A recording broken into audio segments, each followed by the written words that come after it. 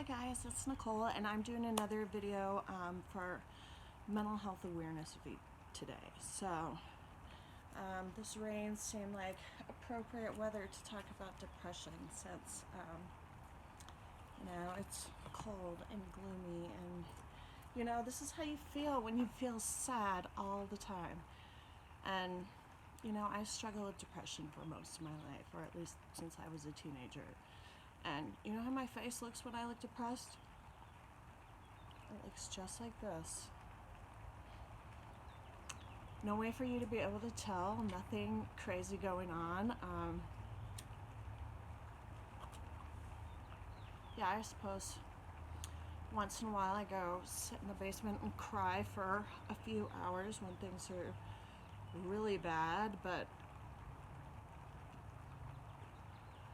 most of the time what depression looks like, it looks like everything else. Sometimes I don't want to get out in the bed in the morning, and honestly, I think probably 80% of the time I don't want to get out of bed in the morning, and it's not always just feeling sad, even though sometimes I do feel sad, but I think the biggest thing is just, this feeling of everything that I do is futile, and I get into I call it the negative downward spiral of everything will be fine, and then something happens and it throws that off. I don't know, River starts yelling, she doesn't want to go to bed, and it turns into this huge meltdown on her part, and it ends with me laying on the ground on the bathroom floor and crying for because she's crying, she won't stop crying, I won't stop crying, and it goes out of control because thoughts in my head, I'm okay, if my kid's not happy, that means I did something wrong. I, the mother, have failed. So if I'm a bad mother, maybe that means I'm a bad person. If I'm a bad person, why do I bother doing anything at all? If I work this hard for all the things that I do and it's just futile, what's the point? And that's what depression is. It's not just the crying, it's these things that go on in the back of your head. It's the questioning, it's the what's the point? And that's, I think, what we struggle with. And I'm not the only one I know who's had depression, and I've tried to actually help other friends of mine who do have depression, because the thing that they try to tell you to do in therapy, it's called behavioral activation, which, to put into easier sounding words, is when you don't feel like doing shit, do it anyway. And I think I've probably been doing that since I was a little kid. If I only did shit when I felt like it, I wouldn't do it very often at all. So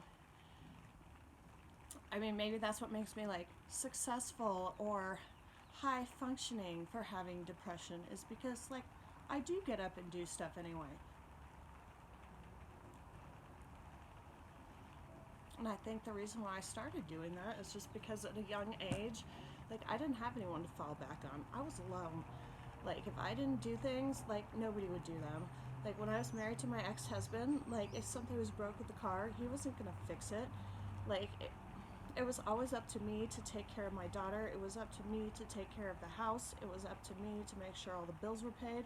And that weight rested on me, of those responsibilities. And I think it was being a mom that pulled me through all of those hard times, because when you're a mom, you put your kids first, and no matter how shitty you feel, you show up for those kids every day. You take them to school every day, you make their lunch every day, you make their dinner every day, and you do what you need to do, because your kids are more important than how shitty you feel. And whether you take care of your kids or not, you're still gonna feel bad, so handle your responsibilities. That's what really it comes down to. It's not easy, it's not fun. Sitting here in this rain in my sad little gazebo, smoking my sad little cigarette, it's not fun, but it's what needs to happen. And I just wish more people understood that depression and that feeling of futility and that feeling of you have nobody in the world to help you, because for a long time that's what mental health was. And Now we're lucky there are a lot more societal programs and things are coming more into awareness, but still, like, nobody talks about mental health problems. So I want to break the silence. I want to break the stigma. I want to be part of solving that. And the more people that will speak up and say, yes, this is me too, because 1 in 5 people has a mental health disorder.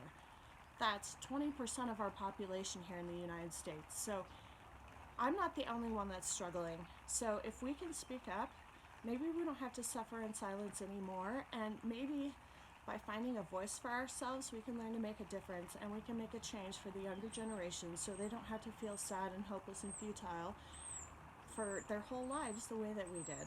So give this video a like, give it a share, give some mental health awareness, and pass it around. Thanks, guys. See you in the next video.